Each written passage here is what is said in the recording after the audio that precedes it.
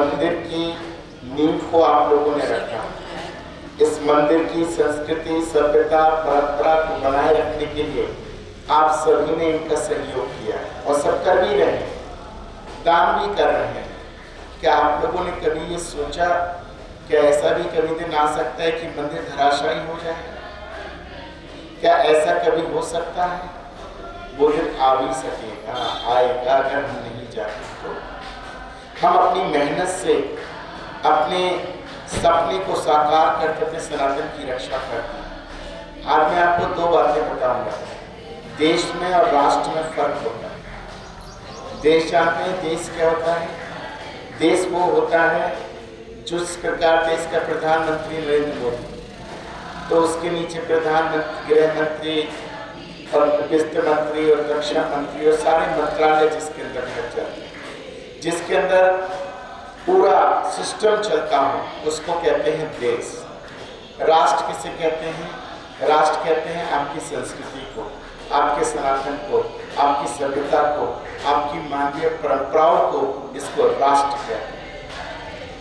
राष्ट्र की जिम्मेदारी हम सनातनियों के ऊपर है और देश की जिम्मेदारी देश के प्रधानमंत्री के ऊपर, लेकिन राष्ट्र की जिम्मेदारी हम सबके ऊपर है।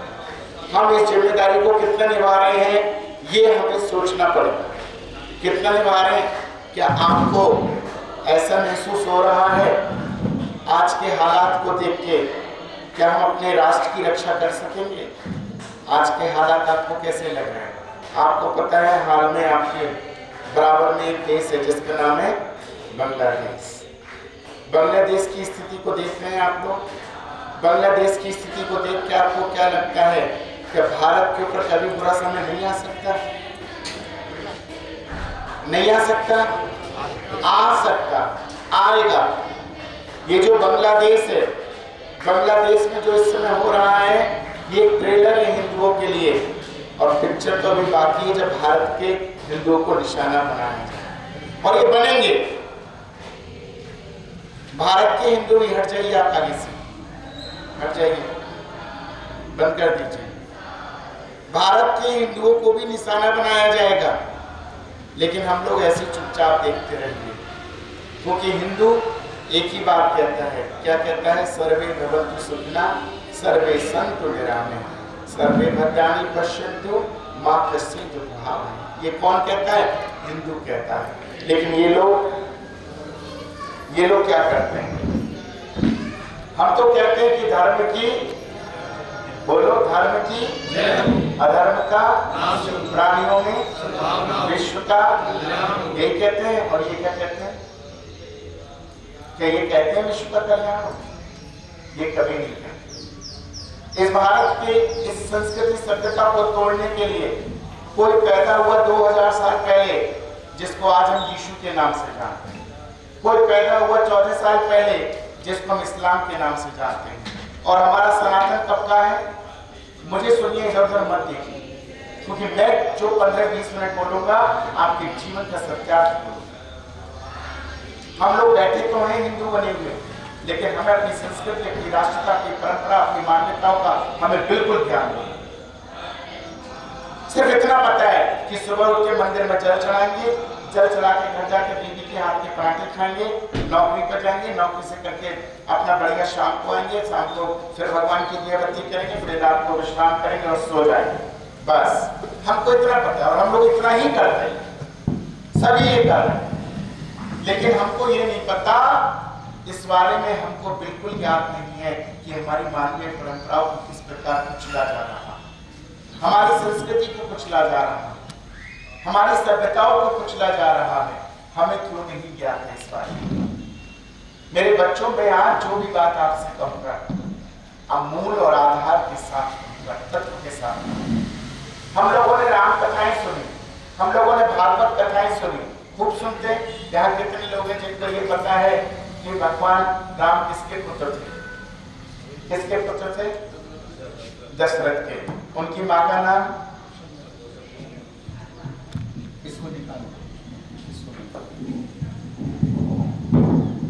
राधे। उनकी माँ का नाम क्या था? कौशल्या। क्या किसी को ये पता है इस देश के अंदर एक ऐसी संस्कृति थी, एक ऐसी हमारी धरोहर, एक ऐसा हमारा इतिहास, हमारी रामचरितमानस, हमारी भागवत, हमारे पुराण, हमारी सभ्यता को जलाया गया। उस यूनिवर्सिटी का क्या नाम था? किसको पता है ये? आपको। और कितनों को पता है? आप सबको पता है। क्या आपके बच्चों को पता है? नहीं पता। गलती किसकी है? हमारी। हमें नहीं पता, हमें पता है लेकिन हमारे बच्चों को नहीं पता। क्या आपको उस महिला का नाम पता है जिस महिला ने अपने कंधे पर अपने बच्चे को रखकर इस 1857 की क्रांति लड़ी थी? क्या उस बच्चे का नाम पता है? उसका नाम था रानी लक्ष्मीबाई। और उसके बच्चे का नाम क्या था? उसके बच्चे का नाम आपको नहीं पता? मैं बताया था, उसका नाम था दामोदर। क्या आपको नहीं पता? क्यों नहीं पता? क्योंकि हमने जानने की चेष्टा नहीं की कि हमारे देश के अंदर हमारी मानवताओं को कुचला जा रहा है, लेकिन हमको कुछ पता नहीं और हम जानना भी नहीं चाहते। हम अनभिज्ञ बने रहना चाहते हैं। क्यों? ये देश किसी मोदी का नहीं है, ना किसी राहुल का है, ना किसी का है। ये देश तो आपका है, और देश नहीं, ये राष्ट्र है। हमें देशभक्त नहीं बनना है, हमें राष्ट्रभक्त बनना है।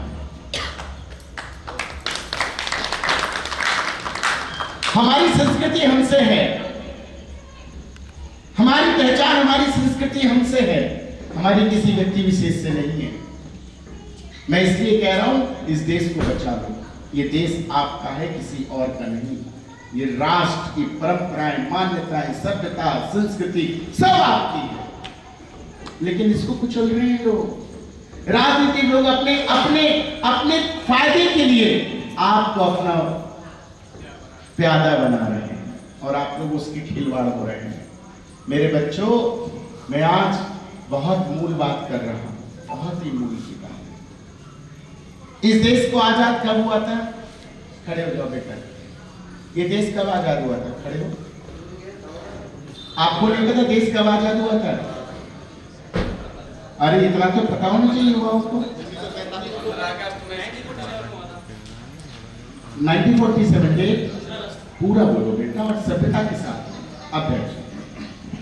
आप इस देश के भविष्य को, एक सेकंड, आप इस देश के भविष्य हैं और आपको जानना चाहिए, मैं जो बोल रहा हूं आपके जीवन को सुधार देगा।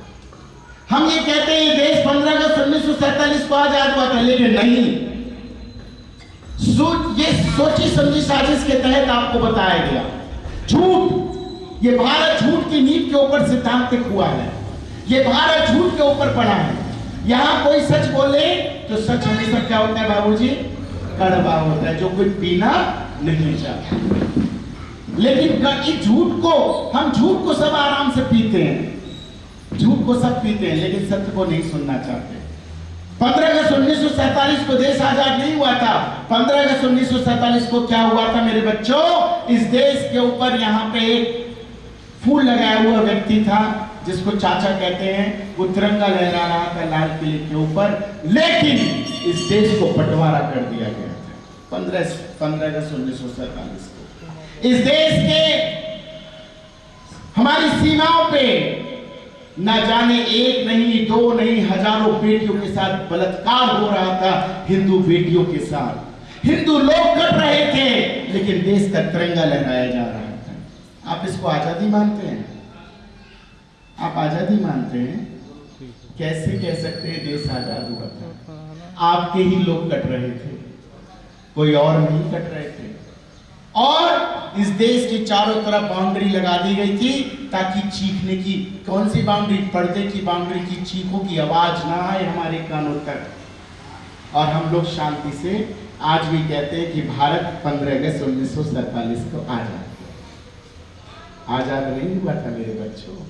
झूठ की जिंदगी को जी रहे हो आप लोग। मेरी बात को समझने का प्रयास कीजिए। ये देश हमारी सनातन संस्कृति है, हमारी पहचान है। क्या हम गुरु गोविंद सिंह को जानते हैं? कितने बच्चे जानते हो गुरु गोविंद सिंह को? नहीं जानते? ये जानते हैं। इनके 4 बच्चे इस सनातन संस्कृति के लिए, धर्म के लिए समर्पित हो गए थे। उनके 4 बच्चे थे। कौन थे? किसी को नाम पता है? नहीं पता बच्चों, हमको क्या पता है? हमको क्या पता है? करीना कपूर के बच्चे का नाम है तैमूर। That we know. जानते हैं? बहुत लोग जानते हैं। करीना कपूर के बेटे का नाम तो जानते हैं, सैफ अली खान की पत्नी के नाम जानते हैं। कटरीना कैफ में सलमान खान से कब प्यार करेगी, कब शादी करेगी, ये सब जानते हैं। लेकिन ये नहीं जानते कि इस देश में बलिदान होने वाले उन बच्चों के नाम क्या थे। हमारी युवा पीढ़ी नहीं जानती। पूरे दिन हम लोग इंस्टाग्राम पे ये तो सब देखते हैं कि कौन नाच रहा है, क्या हो रहा है, क्या हो रहा है, लेकिन ये नहीं देखते हमारे देश और संविधान हमारी संस्कृति के साथ कितना खिलवाड़ हो, हमारी संस्कृति के साथ, हमारे राष्ट्र के साथ, हमारे धर्म के साथ हमें जानना पड़ेगा। क्या हमें नहीं जानना चाहिए? बताइए मेरे बच्चों, क्या हमें नहीं जानना चाहिए? हमें जानना ही पड़ेगा। जिस कांग्रेस की आप बात करते हैं, मैं किसी की विरोध नहीं कर रहा हूं। इटावा के डीएम साहब थे जिन्होंने इस कांग्रेस की स्थापना की थी, उनका नाम था ए.ओ. हयूम। पता है आपको? उन्होंने कहा हम आपको आजाद कराएंगे आप ही के लोगों से, आप स्थापना कर लीजिए। और पार्टी को स्थापित किया गया था। ए.ओ. कौन था वो ए.ओ. हयूम? उस समय का कौन था? कौन सा? हाँ बिल्कुल, बहुत बढ़िया। ए.ओ. हयूम ने इसकी स्थापना की थी कांग्रेस पार्टी की। आप सोचिए, क्या ये हमारी मानवताओं के साथ है, हमारी संस्कृति के साथ है, हमारे धर्म के साथ है? बिल्कुल नहीं। मुझे एक बात बता दीजिए, मंगल पांडे को जानते हैं? भगत सिंह, सुखदेव, राजगुरु को जानते हैं? सब जानते हैं। क्या ये पता है भगत सिंह की माँ का क्या नाम था? अच्छा, छत्रपति शिवाजी की माँ का नाम बताओ, किसी को पता है? बहुत सुंदर बेटा, आपने बताया कि छत्रपति शिवाजी की माँ का नाम था जीजाबाई। क्या जीजाबाई को हमने इतिहास में पढ़ा? हमारे इतिहास में क्या पढ़ते हैं बाबूजी? अकबर पढ़ते हैं, औरंगजेब पढ़ते हैं, टीपू सुल्तान पढ़ते हैं, मुमताज पढ़ते हैं, मोहम्मद गजनवी पढ़ते हैं, लेकिन हम न जीजाबाई को पढ़ते हैं, न छत्रपति शिवाजी को पढ़ते हैं। नहीं पढ़ते। चंद्रशेखर आजाद, भगत सिंह, सुखदेव, राजगुरु को नहीं पढ़ते हैं। हम किन्हें पढ़ते हैं? और हमारे बच्चे उनके मरने की तिथियां नोट करते रहते हैं। और कई बच्चे तो नकल करने के मारे तिथियां याद नहीं होती तो यहाँ लिख के ले जाते हैं, हे राम कब मरा था ये अकबर, हे राम कब मरा था ये गजनवी। अब वो यहाँ पे रख लेंगे और स्कूल में जाके 10th में उसको देख देख के ऐसे नकल करते हैं, क्योंकि याद नहीं होती इस समय। क्या करें? इस देश को आजाद भारत होने के बाद इस भारत के अंदर जो पहला शिक्षा मंत्री बना था वो था महबूबा मुफ्ती का बाप, एक मुस्लिम, जिस व्यक्ति ने आपके सारे पाठ्यक्रम को ही बदल के रख दिया।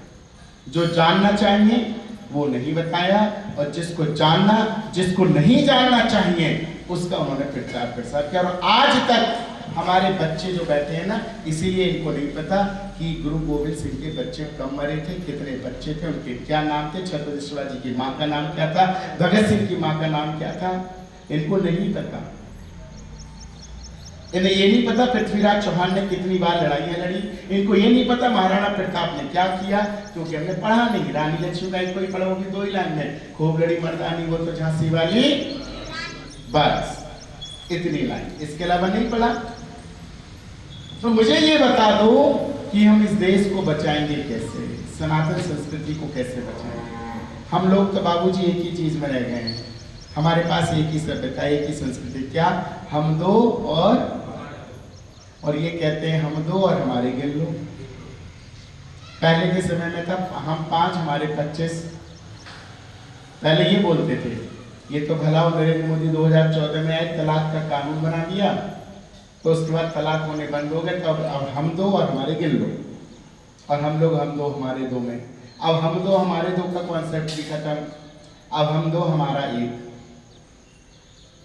अब वो भी कॉन्सेप्ट खत्म, वो भी खत्म, क्योंकि हमारे देश के अंदर ऐसे ऐसे कानून बन गए जिसका नाम है लिविंग रिलेशनशिप।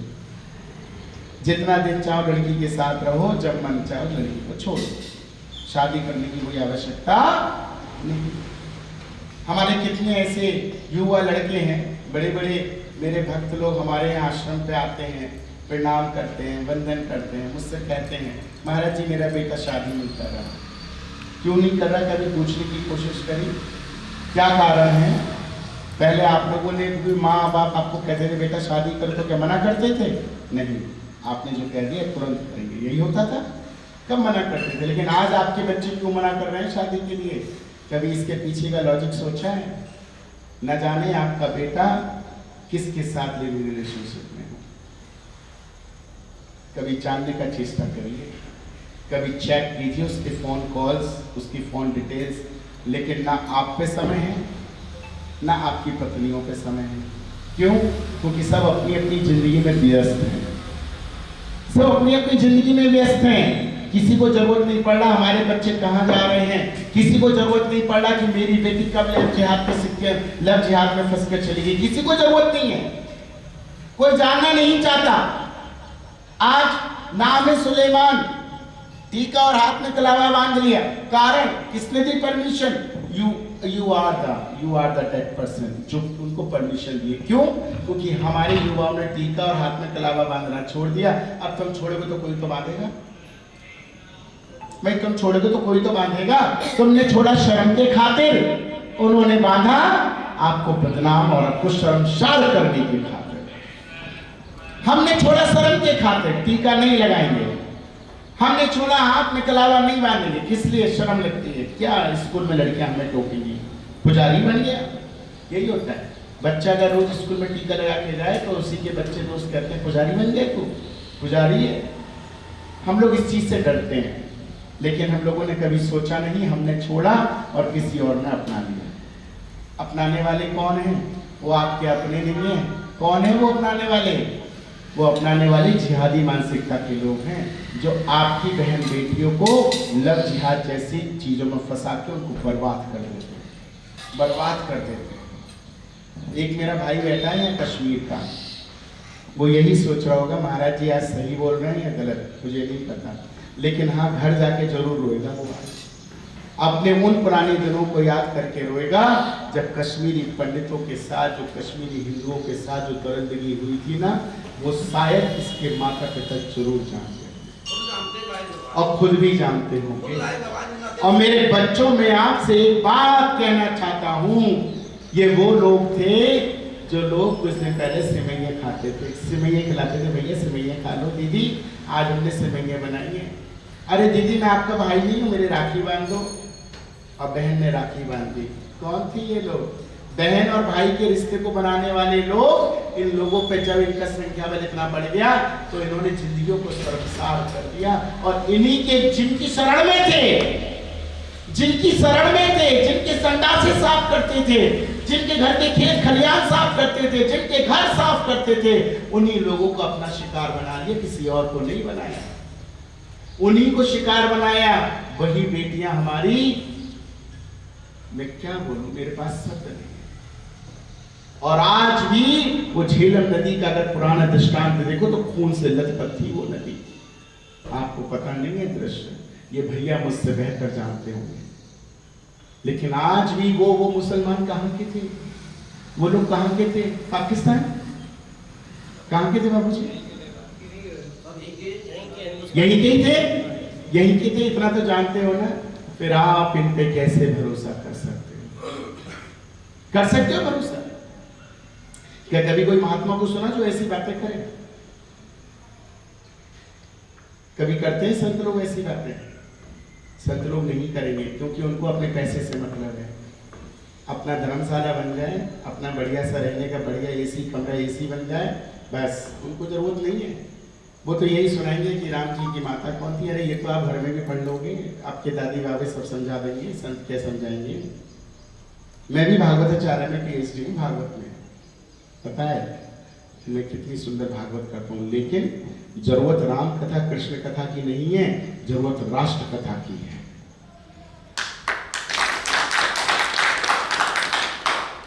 राम कथा आपके जीवन को सिखाती है, आपके जीवन का श्रृंगार करती है, आपके आदर्श बताती है, हमें कैसे आदर्श हमारे होने चाहिए। भगवान राम से आदर्श सीखो।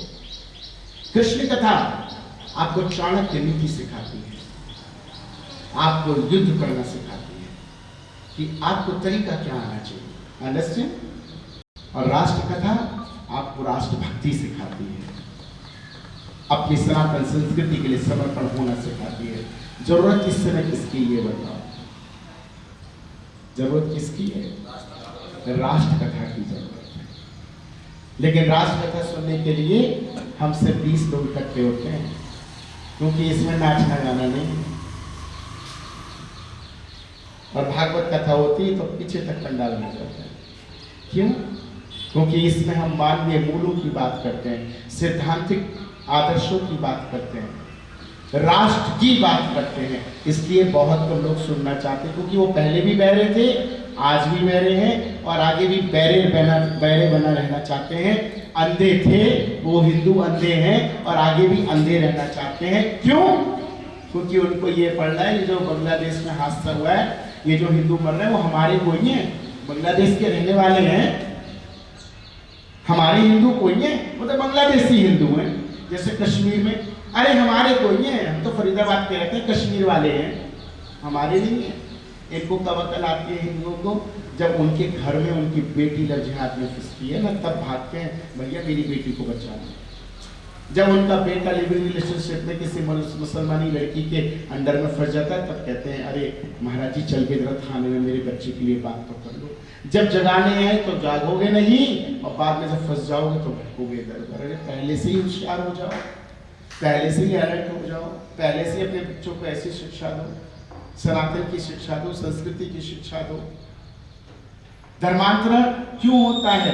क्योंकि हमारे बच्चे, हम उन बच्चों को भगवान शिव से नहीं जोड़ते, हम उन बच्चों को हनुमान जी से नहीं जोड़ते। अगर हम अपने बच्चों को ये सिखा दें, मंदिरों में माओं की संख्या ज्यादा रहेगी, मंदिरों में पुरुषों की संख्या ज्यादा रहेगी, पुरुषों से भी ज्यादा माओं की संख्या रहती है। क्यों? क्योंकि धर्म, पत्नी का नाम है धर्म, पति के आगे धर्म नहीं लगता, पत्नी के आगे लगता है धर्म, धर्म पत्नी। क्यों? क्योंकि धर्म को आगे बढ़ाने वाली धर्म पत्नी, धर्म पत्नी ही घर को सजाती है, वही घर को संवारती है। क्योंकि पुरुषों पे इतना समय नहीं है, नौकरी करें, घर को देखें या बच्चों को देखें।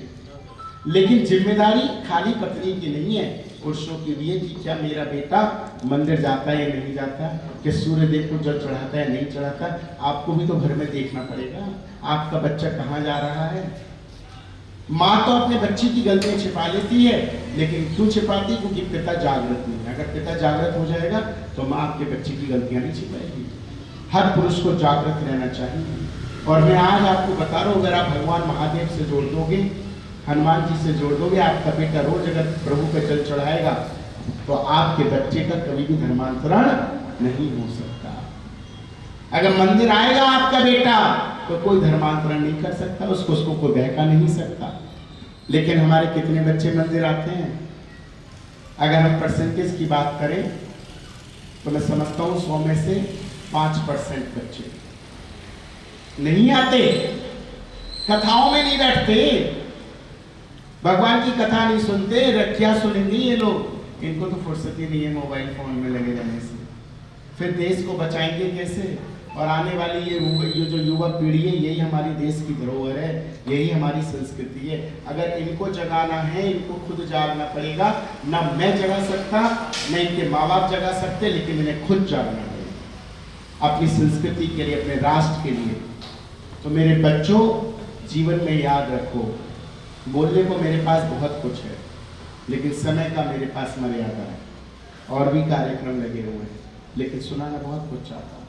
बस इतना समझो अपने शिव के बारे में। कौन है शिव? ओमकार बिंदु संयुक्तम नित्यम ध्यायन्ति योगिना कामदम मोक्षदम चैव ओमकाराय नमो नमः। कौन है शिव? शिव श्रृंगार करता, श्रृंगार करता। और सृष्टि का रचयिता कौन है? भगवान विष्णु। विष्णु ने अपने पुत्र ब्रह्मा जी को कहा, जो मानस पुत्र थे, कि सृष्टि की रचना करो। जैसे ब्रह्मा जी प्रकट हुए तो ब्रह्मा जी ने क्या किया? अपने 4 पुत्रों को, मानस पुत्रों को पैदा कर दिया। सनक, सनातन, सनकादिक सबको पता होगा। संतादिकों ने कहा भैया हमारा काम कथा करना है, हम सृष्टि पैदा नहीं करेंगे। तो वो 5 साल से ऊपर बढ़ी नहीं, 5 साल की छोटे बने रहे। बोले अब कौन करेगा? ब्रह्मा जी को गुस्सा आया। ब्रह्मा जी ने अपनी भ्रकुटी से वेदन करके धरती पर जैसी पटका तो भगवान रुद्र प्रकट हो गए। बोलो महादेव की। और रुद्र जैसे प्रकट हो गए तो रुद्र को बोला सृष्टि की रचना करो।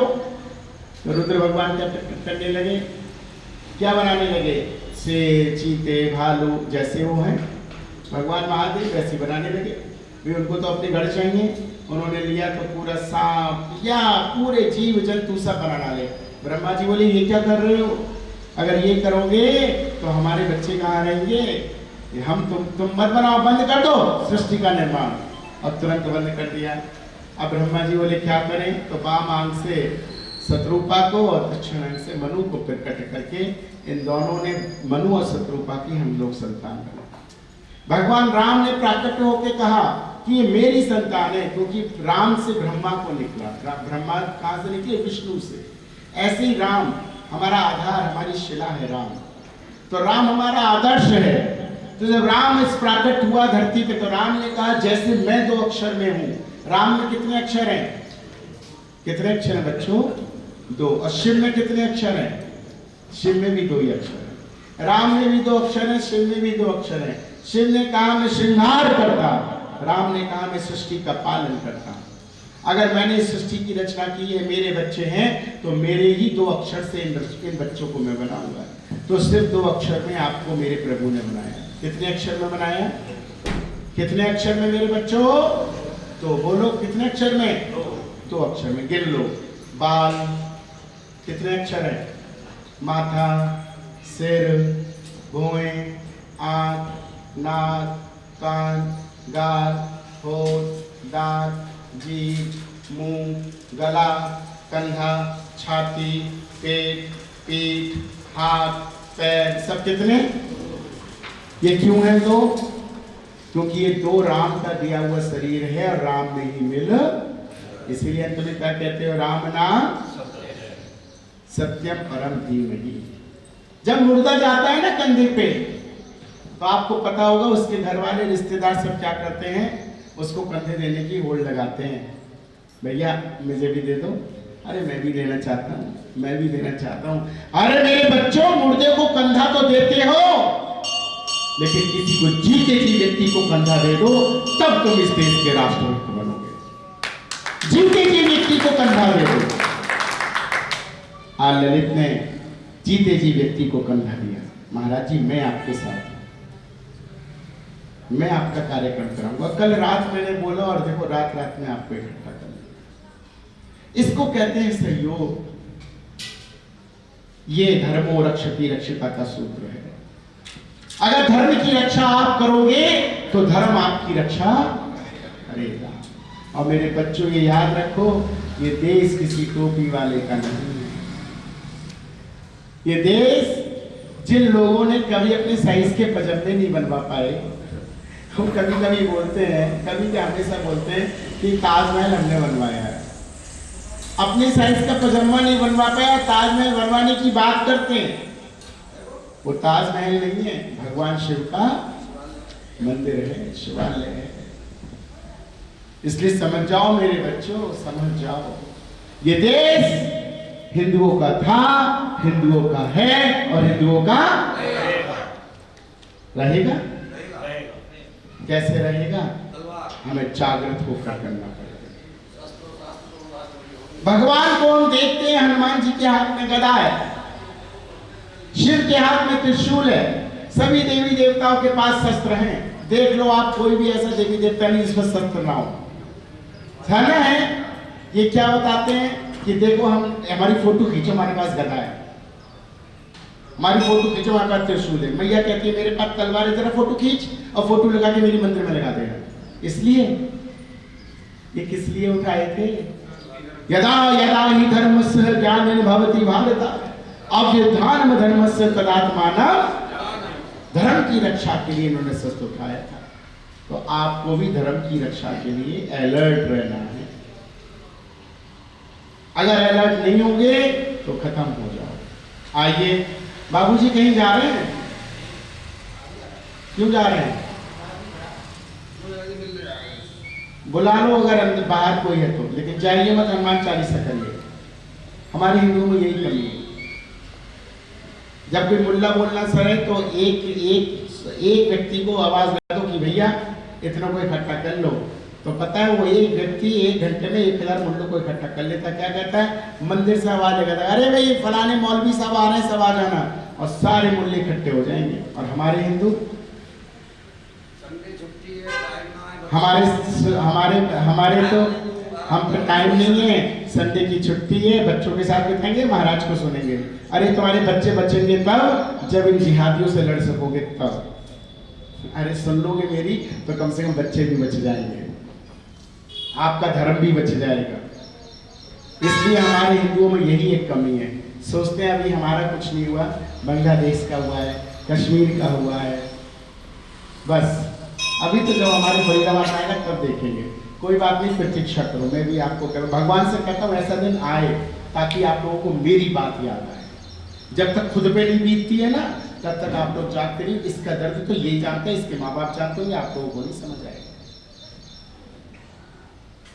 इसलिए मेरी क्या है, मैं तो चीखता रहूंगा, बोलता रहूंगा, आप लोग जागो या ना जागो। देश से है प्यार तो हर दम ये कहना चाहिए, मैं रहूं या ना रहूं भारतीय रहना चाहिए। श्री गुरु चरण सरोज रज निज मन मुकुर सुधार। और मैं भी हिंदू, देखिए मेरे को, मैं भी हिंदू हूं, लेकिन मैं पीड़ित हिंदू हूं।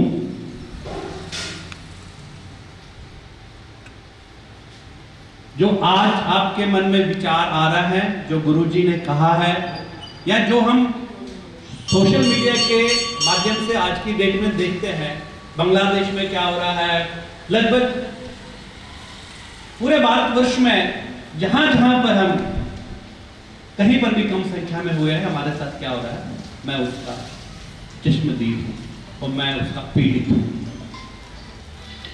क्या आपने कभी सोचा है कि जो आज हम व्यक्तिगत तौर पर सोशल मीडिया से देखते हैं, सीरिया में हुआ, किसी बहन बेटी को काटा गया, किसी छोटे से बच्चे को काटा गया, मन में पीड़ा सी होती है, हाय हाय हाय हाय यार वहां मारा गया, अरे बांग्लादेश में बच्चों को मारा गया, अरे बांग्लादेश में हिंदू को मारा गया। कभी ऐसा हिंदुस्तान में तो नहीं होगा, भारत में हुआ है, लेकिन तब सोशल मीडिया नहीं था, तब आप तक बात नहीं पहुंचती थी। मेरी सगी बुआ को आरी पर चीर दिया गया, आपने अगर कश्मीर फाइल्स को देखा होगा तो, सिर्फ इस वजह से क्योंकि वो हिंदू थी। अगर वो भी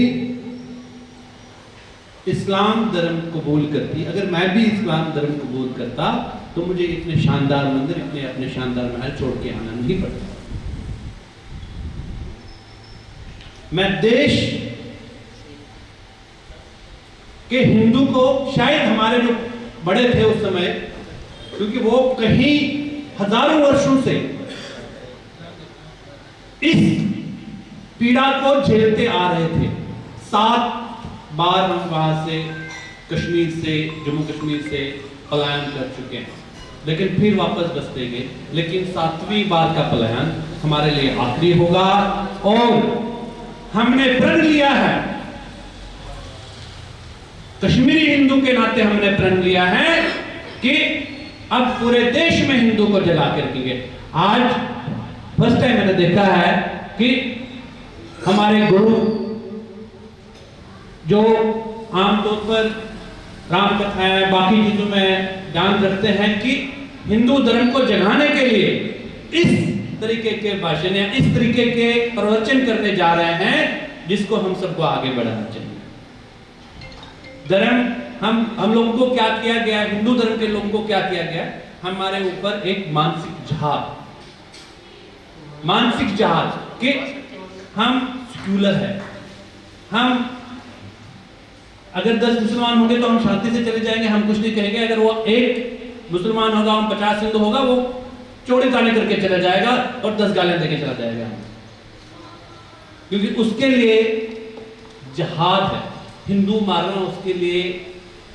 जैसे हमारे में पाठ पूजा है, हमारे में एक टीका करना है, हमारे पास पूजा करना है, तो हिंदू मारना उसके लिए सवाब है। हमने देखा, हमने झेला है। अब रही मंदिरों की बात, रही मकानों की बात, कोठियों की बात, हम ये सब देख चुके हैं, हम ये सब छोड़ के आ चुके हैं।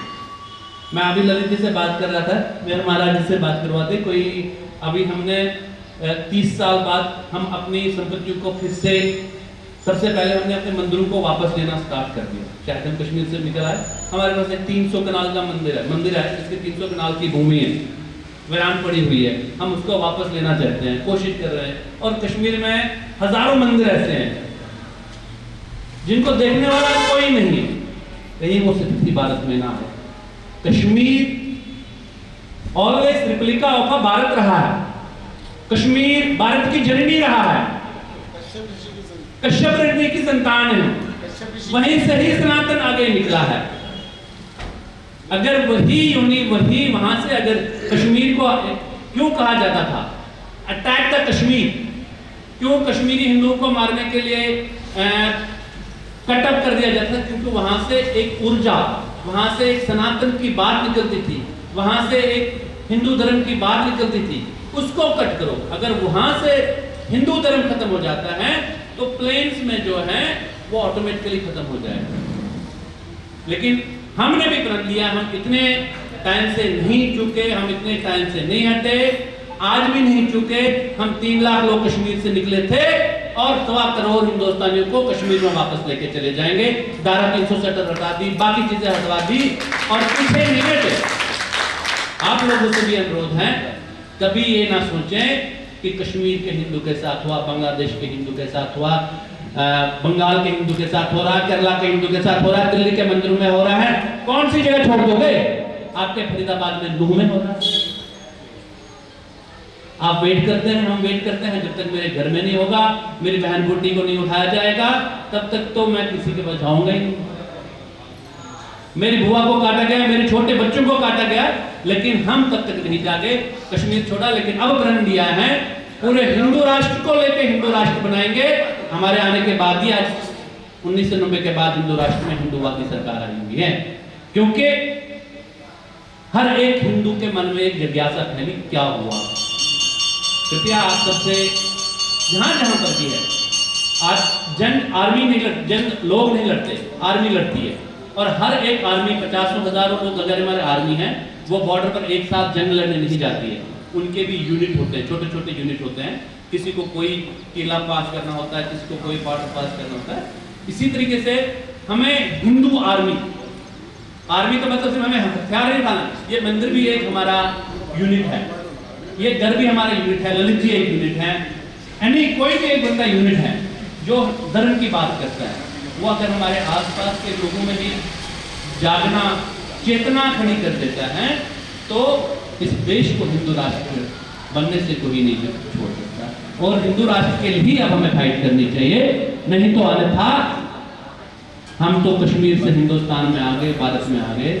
हमें बड़ा दुर्भाग्य लगता है कि ये भारत का हिंदू भारत छोड़कर कहाँ जाएंगे। धन्यवाद।